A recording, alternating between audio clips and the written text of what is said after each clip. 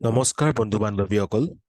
আজি আপোনালোকৰ ওচৰলৈ মই লৈ আনিছো এনেকুৱা এটা টপিক ইকনমিক্সৰ যিটো আপোনালোকে হয়তো সঘনাই শুনে. Probably you may hear it in the business newses and in your economic discussions or in your economic classes, and often actually confuses everyone. In fact, I was also the one who got confused with this topic. So আমি সকলোৱে টপিকটো বুজিব লাগিব ভালকে।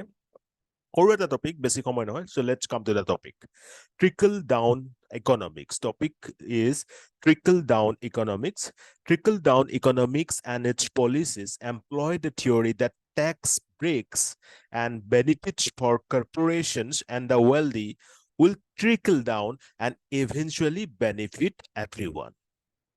So what does it actually mean? It means that if the policies are set in such a way, like suppose tax breaks and benefits for the upper class, means you can say the corporation and the wealthy ones, then that will imply the wealth to be trickled down gradually to benefit the lower sections, or you can say benefit the everyone. মানে যদি মই সহজ অৰ্থত ক'ব বিচাৰিম, যদি আমাৰ সবতকে ওপৰৰ সেকশন তোৰ কথা কওঁ, মানে ওপৰৰ সেকশন মানে আপোনালোকে বুজা পাইছে মই কি কৈছো, সবতকে ৰিচেষ্ট সেকশনটো বা সবতকে ৱেলডিয়েষ্ট সেকশনটো কথা যদি কওঁ, কোন থাকে? ৱেলডিয়েষ্ট সেকশনত কৰ্পোৰেচন খিনি থাকে, কৰ্পোৰেচনৰ মালিক খিনি বা সেই সেনেকুৱা ধৰণৰ লেভেলৰ মানুহখিনি থাকে, ৰাইট? যাক আমি মালিক কওঁ, যাক আমি কওঁ CEO, মানে সেই হেভি আৰ্নিং গ্ৰুপটো থাকে। যদি তেওঁলোকক কিছুমান বেনিফিট দিয়া হয়, like tax breaks, tax cut, তেনেহ'লে কি হ'ব? According to the trickle down economics, তেওঁলোকৰ পৰা ৱেলথখিনি যিখিনি তেওঁলোকৰ বাচিলে, মানে আমি টেক্স ব্ৰেক দিলোতো, আমি টেক্স কাট কৰিলো ন, সেইখিনি লাহে লাহে গ্ৰেজুৱেলি ট্ৰিকল ডাউন হোৱা মানে লাহে লাহে সেইখিনি ফ্ল' হ'ব সমাজৰ বাকী সৰু সৰু বুলি ক'ব নাপায়, বাকী যিখিনি লৱাৰ ইনকাম গ্ৰুপছ আছে বা ইন জেনেৰেল ক'বলৈ গ'লে সকলোলৈকে সেই ৱেলথখিনি পাছ হ'ব। তাকেই কয় আমাৰ ট্ৰিকল ডাউন থিয়ৰিয়ে। অলপ আমি ইমেজৰ জৰিয়তে বুজিবলৈ চাম।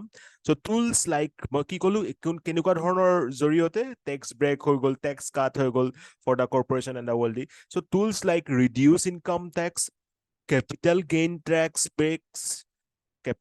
tax breaks are offered to the large business investors, entrepreneurs to stimulate the economic growth. That is the main concept behind the trickle-down economics. আকৌ এবাৰ কৈ দিছো, tools like reduce income tax, capital gain tax breaks are offered to large business and investors and entrepreneurs to stimulate the economic growth. ঠিক আছে? Now, যদি আমি চিত্ৰৰ সহায়ত বুজিবলৈ চাওঁ, এইটো আপোনালোকে দেখা পাইছে, এইখিনি যিটো আপাৰ সেকশনৰ পৰা ফ্ল' হৈ আহিছে, ইয়াত দেখা পাইছে এনেকৈ ফ্ল' হৈছে। এতিয়া নেক্সট এইটো ক্লাছলৈ আহিল, তাৰপিছত নেক্সট তাতকৈ অকণমান পুৱৰাৰ সেকশন, তাতকৈ তাৰপিছত একেবাৰে যিখিনি সমাজৰ কমনখিনি, একেবাৰে যিখিনি ক'ব পাৰে আপোনালোকে সৰ্বসাধাৰণখিনি, তেওঁলোকৰ ওচৰলৈ, তেওঁলোকৰ পৰা ওপৰৰ সেকশনৰ পৰা ৱেলথটো লাহে লাহে ট্ৰিকল ডাউন হৈ গোটেই সমাজখনৰ ৱেলথ এটা জেনেৰেট হৈছে, ইকনমিক গ্ৰথ হৈছে। Similarly, how the trickle down effects may work in theory, তাক এনেকৈ দেখুৱাইছে, rich gain more profit, investment creates jobs, high spending increases demand, low skilled workers gain higher pay, increase tax revenues, multiplier effect of increase spending.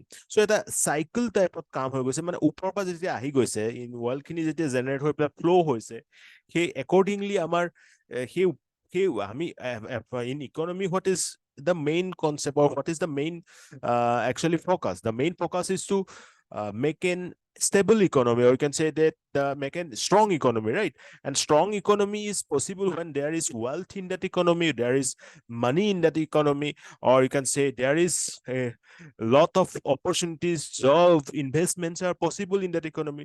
So সেয়াও হ'ব হৈছে trickle down effectৰ দ্বাৰা। Okay, এইটো এটা theory, হা। প্ৰেক্টিকেলি কিমান দূৰ মই সেইটো ক'ব নিবিচাৰিম, বাট আপোনালোকে থিয়ৰিটো বুজিবলৈ চেষ্টা কৰক। নাও ট্ৰিকল ডাউন ইকনমিক্স আকৌ এবাৰ দেখুৱাইছো। See, cut taxes on top 10%, এই টপ 10%, তাহাঁতৰ টেক্স খিনি কাট কৰা হৈছে আৰু সেইখিনি ফ্ল' হৈছে everyone else. So wealthiest people top 10% for the sake of argument. আকৌ এটা ইমেজৰ জৰিয়তে দেখুওৱা হৈছে ইয়াত চাওক ওপৰলৈকে যেতিয়া তেওঁলোকক পইচাটো দিয়ে মানে এইটোৰ পৰিপ্ৰেক্ষিতত যদি আমি কওঁ with respect to this image if you say that if you pour beer till it fulls and just coming down, then what happened? Those beers, those drinks will be flown to the every other glasses below it. ইয়াৰ পৰা ইয়ালৈ আহিলে so অলপকৈ বাকীখিনিলৈও গুচি আহিছে so ওপৰৰ ক্ষেত্ৰত stock, crop, then farmers, non-profits, business, employee, citizen, everyone will be benefited. So what are the key points we have discussed? The trickle-down theory states that the tax breaks benefits for corporation and the wealthy will trickle down to everyone else. Trickle-down economics involve less regulation, tax cuts for those in the high income tax brackets as well as the corporation. So আমি কাক সবতকে বেছি মানে এইখিনি সুবিধা দিয়া হল বা মানে যাৰ ওপৰত অলপ লেছ ৰেগুলেশ্যন বা টেক্স কাট কৰা হল সেইখিনি হৈছে high income tax package remember the terms. Then critics also argue that the added benefit to the wealth received add to the growing income inequality in the country. Critics সকলে কিন্তু এইটো কয় যে এই ট্ৰিকল ডাউন ইকনমিক্সৰ ফলত কিন্তু ইনকাম ইনইকুৱালিটিটো বাঢ়িহে গৈছে obviously প্ৰতিটো বস্তুৰে প্লাছ পইণ্ট আৰু নেগেটিভ পইণ্ট থাকেই. Now, trickle-down economics is a common political debate associated with the supply-side economics, where while there is no single comprehensive economic policy identified as trickle-down economics, a policy is considered as trickle-down if it disproportionately benefits wealthy business and individuals in the short run, but is designed to boost the standard of living for all individuals in the long run. It is a trickle-down economics or policy is that kind of policy which disproportionately benefits the wealthy ones in short run, but designed to boost the standards of living for all individual in the long run. মানে short termৰ কাৰণে wealthy সকল বহুত benefit পাইছে কিন্তু এটো পলিচিয়ে অৱশেষত লং ৰানত কিন্তু গোটেই ইন্ডিভিজুৱেলছ খিনি গোটেই মানুহৰ গোটেই সৰ্বসাধাৰণৰ কাৰণে standards of living to ভাল কৰি তুলিছে বা বুষ্ট কৰি পেলাইছে. So I hope now ইমানখিনি আমি ডিসকাশন কৰাৰ পাছত ট্ৰিকল ডাউন ইকনমিক্স বা trickle down theory in economics টু সকলোৰে clear হৈছে. I hope like that this concept is now clear to you, but still if you have any doubts, come on, let's discuss in the comment section. And also I would like to request all of you to come with some examples for this trickle down theory that আপোনালোকে দেখি থকা কিছুমান example আপোনালোকে comment সেকশনত ক'ব পাৰে ভাল লাগিব আমি আকৌ ডিসকাস কৰিব পাৰিম এটো কিয় হেনুকা হৈছে ইয়াৰ পজিটিভ নেগেটিভ ডিসকাশন কৰিলেহে আমাৰ যিখিনি জ্ঞান থাকে ভালকৈ স্প্ৰেড হয় এনহান্স হয়. So with this I'm ending this session. Thank you very much.